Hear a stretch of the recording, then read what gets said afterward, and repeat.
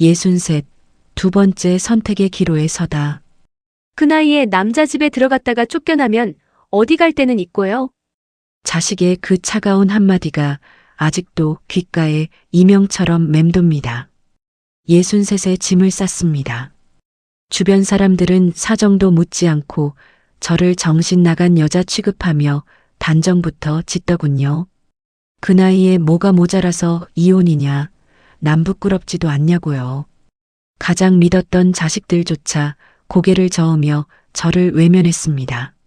하지만 아무도 제 진심 어린 이야기를 끝까지 들어주지는 않았습니다. 저는 그저 평생을 같이 산 남편과 단 한마디 따뜻한 말을 나눠본 적이 없다는 사실 하나 때문에 집을 나왔습니다. 그리고 그 선택이 저를 또 다른 감옥으로 데려갈 줄은 그때는 정말 몰랐습니다. 윤정이 63. 저는 30년 넘게 남편 김두식과 살았습니다. 그 세월 동안 우리 집안에는 늘 사람이 북적이고 활기가 넘쳤습니다. 아이들이 거실을 뛰어다니고 부엌에선 구수한 밥 짓는 냄새가 끊이지 않았죠. 명절이면 일가 친척들이 모여 웃음꽃을 피우니 겉으로 보기엔 누구보다 따뜻하고 평범한 가정이었습니다. 하지만 이상하게도 저는 그 북적임 속에서 늘 혼자였습니다. 남편 김두식은 성실함 하나는 끝내주는 사람이었습니다. 월급은 단 하루도 늦지 않게 가져다 주었고 바깥에서 문제를 일으킨 적도 없었으니까요. 그래서 저는 속이 터져도 늘 입을 꾹 다물어야 했습니다. 주변에선 이 정도면 법 없이도 살 괜찮은 남자지라는 말을 수없이 해댔기 때문입니다.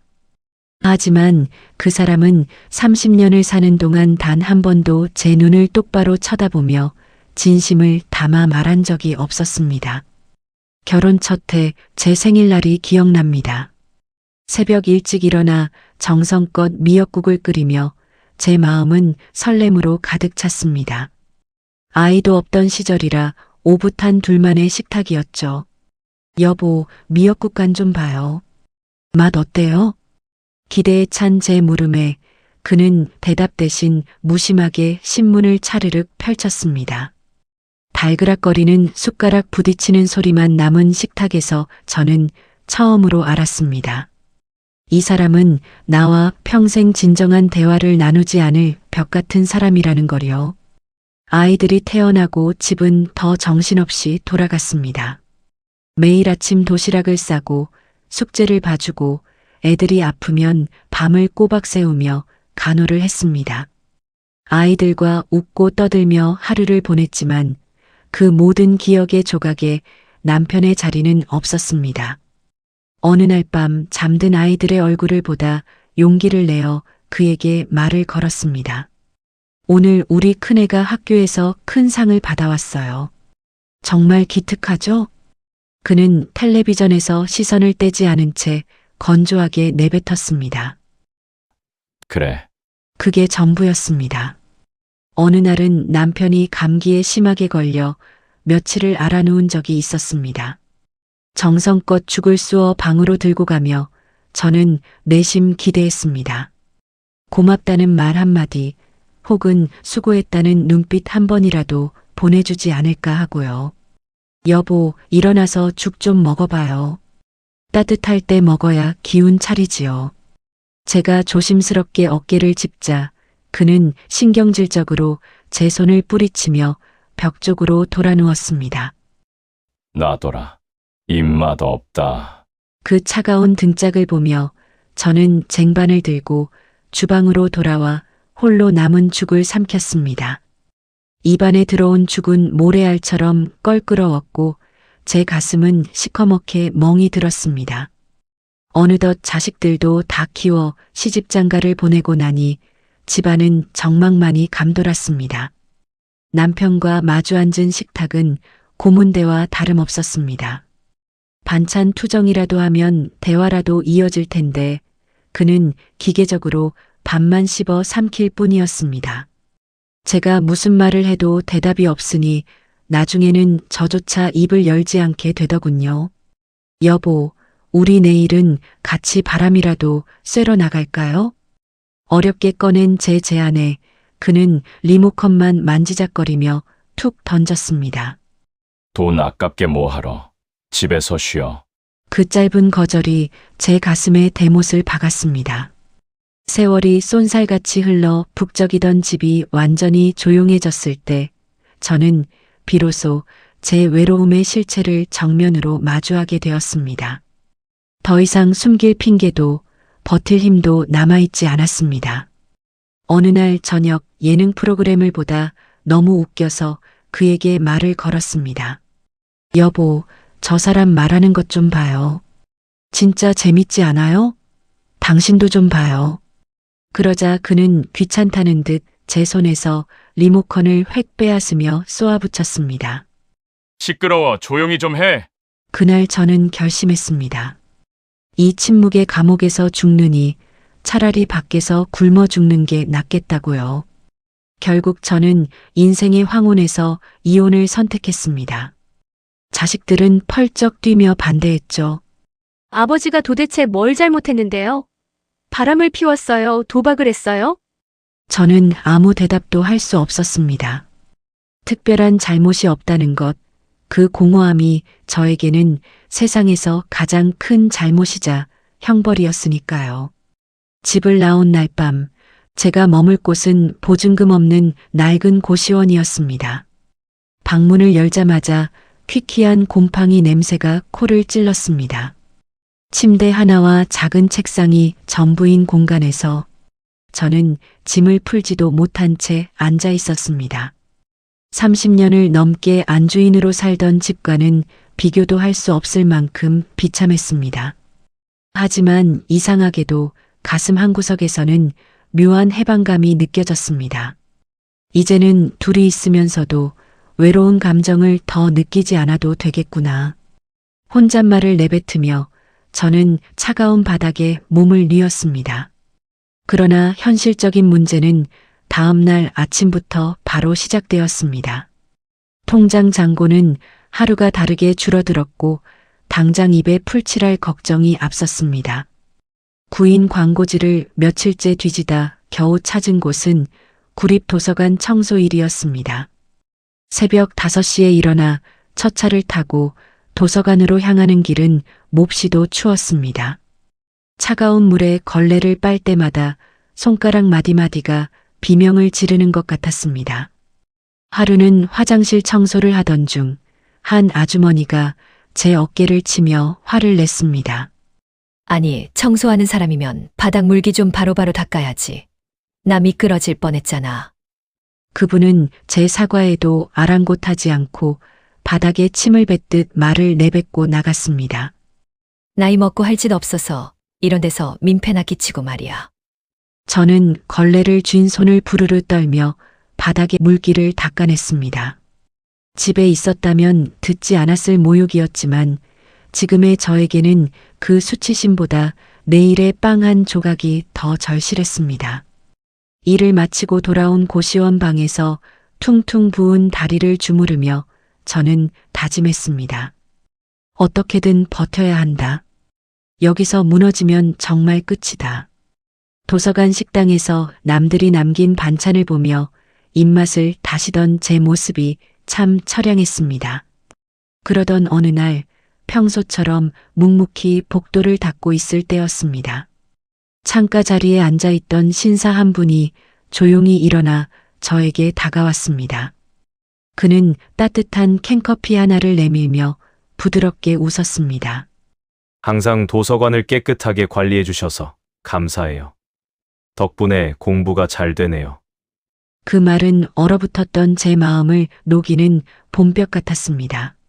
살면서 누군가에게 진심 어린 감사를 받아본 것이 도대체 얼마만인지 기억도 나지 않았습니다. 아니에요. 제가 할 일인걸요. 감사합니다. 수줍게 커피를 받아든 제 손이 떨리고 있었습니다. 그날 이후 저는 도서관에 나가는 시간이 조금씩 기다려지기 시작했습니다. 그 남자는 늘 같은 자리에서 책을 읽었고 제가 지나갈 때마다 가볍게 목례를 해주었습니다. 어느 날은 제가 높은 곳에 먼지를 털다 휘청이자 그가 얼른 달려와 제 팔을 잡아주었습니다. 어이쿠. 조심하셔야죠. 정희 씨 몸이 상하면 이 도서관은 누가 지킵니까? 그의 다정한 배려에 제 가슴 속에는 잊고 살았던 분홍빛 설렘이 아주 조금씩 피어오르기 시작했습니다. 저는 비로소 혼자 서는 법을 배우고 있었다고 생각했습니다. 하지만 외로움이라는 녀석은 어둠 속에서 다시 저를 노리고 있었습니다. 홀로 먹는 차가운 편의점 도시락이 서글퍼질 때마다 그 남자의 따뜻한 눈빛이 떠올랐습니다.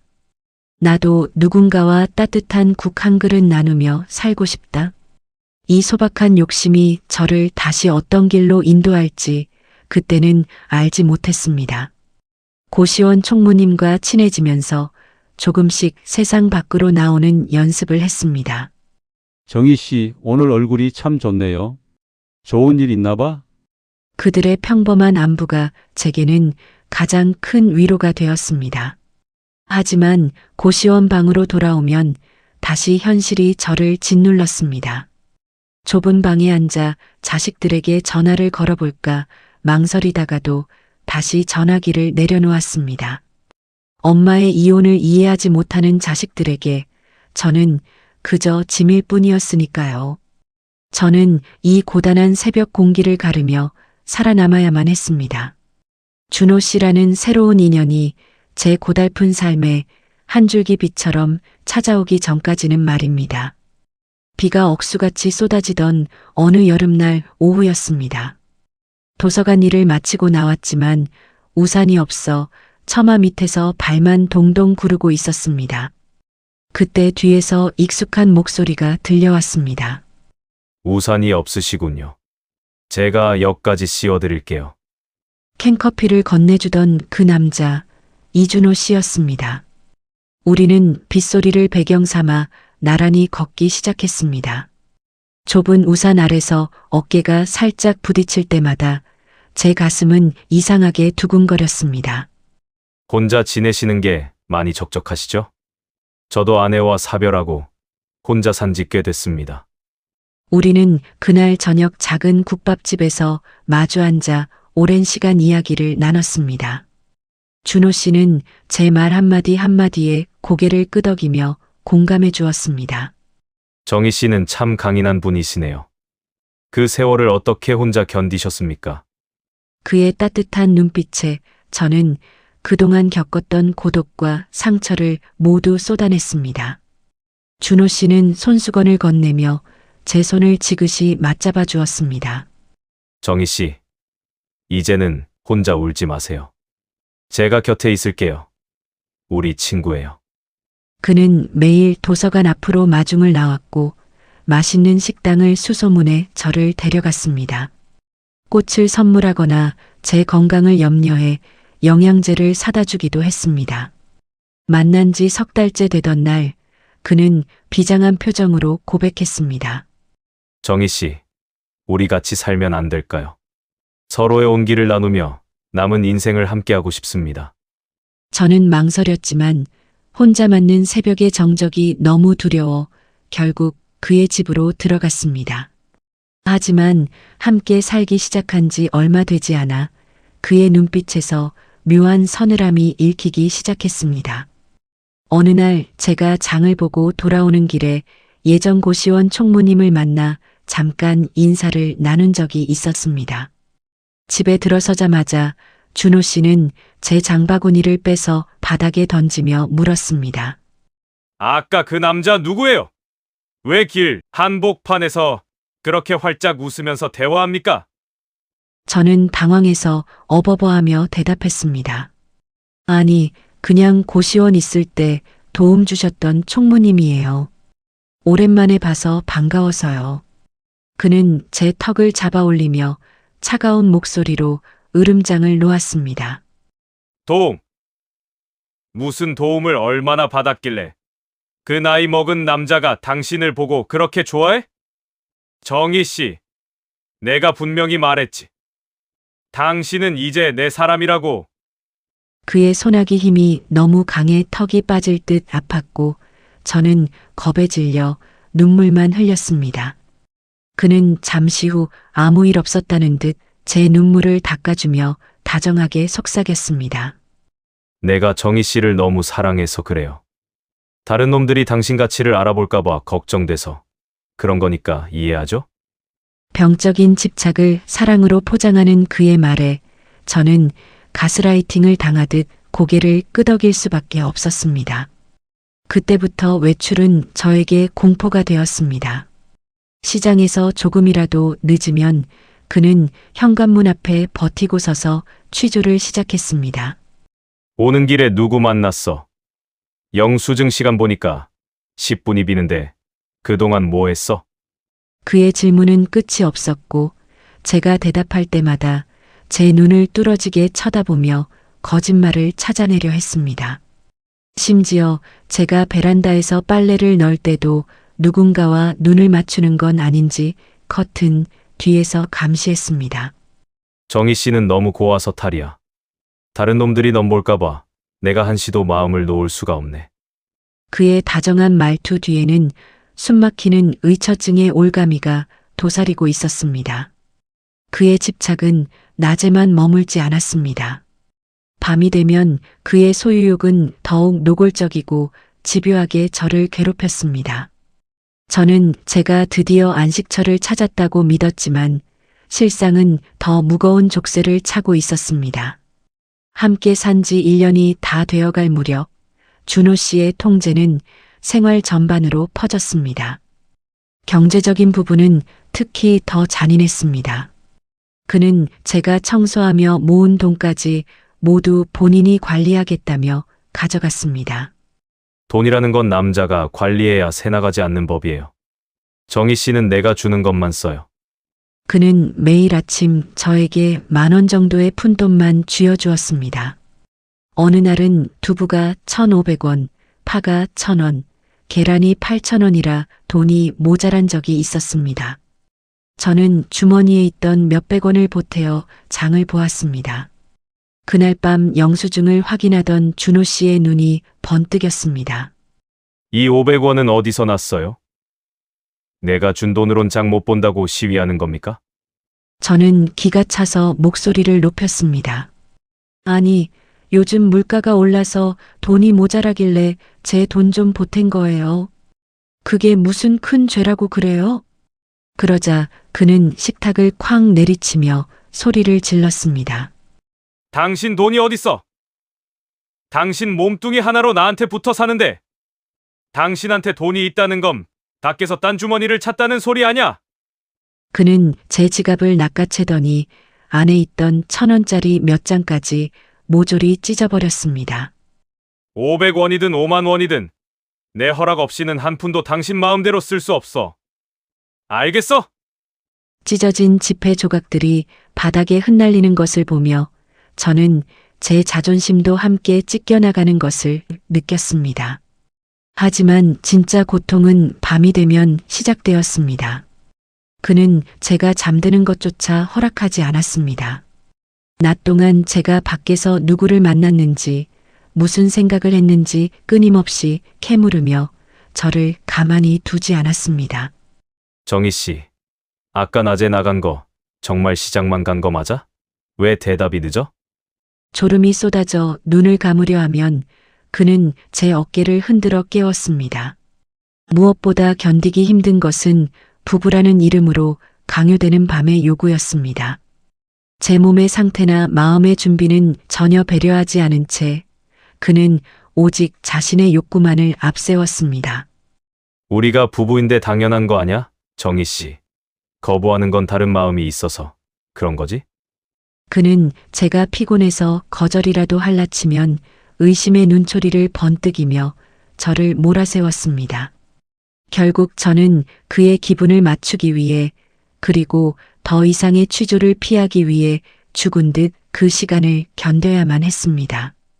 그는 제가 영혼 없이 누워있는 것을 알면서도 그 지배력 자체를 즐기는 듯 했습니다. 당신은 내 거야. 내 말대로 해야 해. 밤이든 낮이든. 이런 강압적인 관계가 끝나고 나면 그는 마치 승리자처럼 만족스러운 얼굴로 잠이 들었습니다. 하지만 저는 어둠 속에서 천장을 보며 소리 없이 울어야 했습니다. 새벽이 넘도록 그는 제 과거 이야기를 들춰내며 저를 신문했습니다. 전 남편과는 잠자리가 어땠는지, 혹시 밖에서 다른 남자를 만난 적은 없는지 묻고 또 물었습니다. 제가 수치심에 입을 다물면 그는 폭언을 쏟아내며 저를 몰아세웠습니다. 말을 안 한다는 건 구린 구석이 있다는 거네? 당신도 알고 보면 참 대단한 여자야. 억지로 잠이 들려 하면 그는 갑자기 불을 켜고 제 휴대전화를 들이밀었습니다. 이 번호 누구야? 왜 저장이 안 되어 있어? 당신 정말 나 몰래 누구 만나는 거 아냐? 밤마다 반복되는 그의 집착과 강요에 저는 심각한 불면증에 시달려야 했습니다. 몸은 천근만근 무거운데 정신은 공포로 맑아지는 기괴한 밤들이 계속되었습니다. 그는 제가 기력이 쇠해질수록 오히려 저를 완전히 장악했다고 믿으며 만족해하는 것 같았습니다. 정희 씨가 기운이 없어야 딴 생각을 안 하지. 내 말이 맞죠? 그의 비릿한 웃음을 볼 때마다 저는 제가 한낱 소유물로 전락했다는 사실을 뼈저리게 느꼈습니다. 의처증과 경제적 압박, 그리고 밤마다 이어지는 성적, 정서적 고문은 저를 폐인으로 만들었습니다. 무관심했던 첫 번째 감옥과는 비교도 할 수 없는 잔인한 두 번째 감옥이었습니다. 저는 이제 제 존재 자체가 지워지고 있다는 공포에 휩싸여 매일 거울을 보며 물었습니다. 정희야, 너 정말 이렇게 살다 죽을 거니? 준호 씨가 잠든 깊은 밤 저는 거실에 홀로 앉아 있었습니다.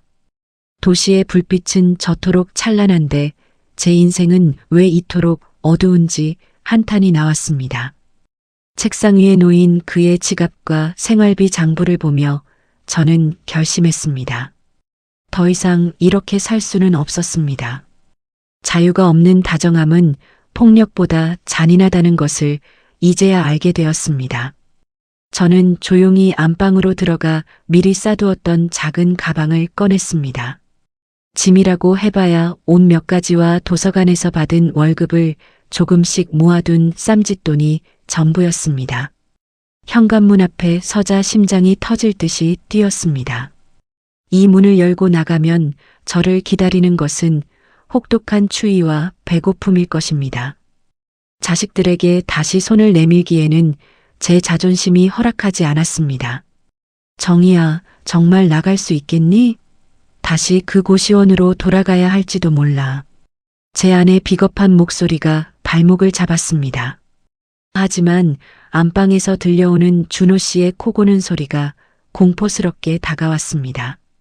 내일 아침이면 또다시 영수증을 검사받고 밤새도록 취조당할 제 모습이 그려졌습니다. 그것은 살아있는 시체나 다름없는 삶이었습니다. 저는 떨리는 손으로 현관 손잡이를 잡았습니다. 차가운 금속의 감촉이 제 정신을 번쩍 들게 했습니다. 63세 나이에 또다시 길거리로 나앉는다는 것, 그것은 미친 짓일지도 모릅니다. 하지만 저는 저 자신으로 살고 싶었습니다. 비록 배는 고파도 마음껏 숨쉬고 누구의 눈치도 보지 않는 삶이 간절했습니다. 남들이 뭐라고 하든 상관없어. 이건 내 인생이야. 저는 깊은 숨을 들이마시고 문을 열었습니다. 새벽의 차가운 공기가 폐부 깊숙이 들어왔습니다. 계단을 내려가는 제 발걸음은 무거웠지만 마음만큼은 깃털처럼 가벼워졌습니다. 어디로 가야 할지 정해진 것은 아무것도 없었습니다. 하지만 적어도 이제는 제가 제 인생의 운전대를 잡았다는 확신이 들었습니다. 저는 다시 그 새벽 도서관으로 향할 것입니다. 이번에는 누군가의 눈길을 기다리는 것이 아니라 제 삶을 닦기 위해서 말입니다. 길가에 핀 이름 모를 들꽃이 달빛을 받아 반짝이고 있었습니다. 저 꽃처럼 저도 척박한 땅에서 다시 한번 뿌리를 내려볼 생각입니다. 인생의 황혼에서 만난 두 번의 감옥. 이제 저는 그 모든 문을 열고 진짜 세상으로 걸어나갑니다. 사람들은 쉽게 말합니다. 그 나이에 왜 그런 선택을 하냐고요. 하지만 외로움은 나이를 가리지 않습니다. 그리고 그 외로움이 만든 선택은 때로 인생을 더 깊은 구렁으로 끌고 가기도 합니다. 저는 지금도 문 앞에 서 있습니다. 이번 문은 제 인생의 최고의 기로에 놓인 문이지요. 하지만 한 가지는 분명합니다. 이번 선택만큼은 누구를 위해서가 아니라 저 자신을 위해 해야 한다는 겁니다. 여러분이라면 어떻게 하시겠습니까?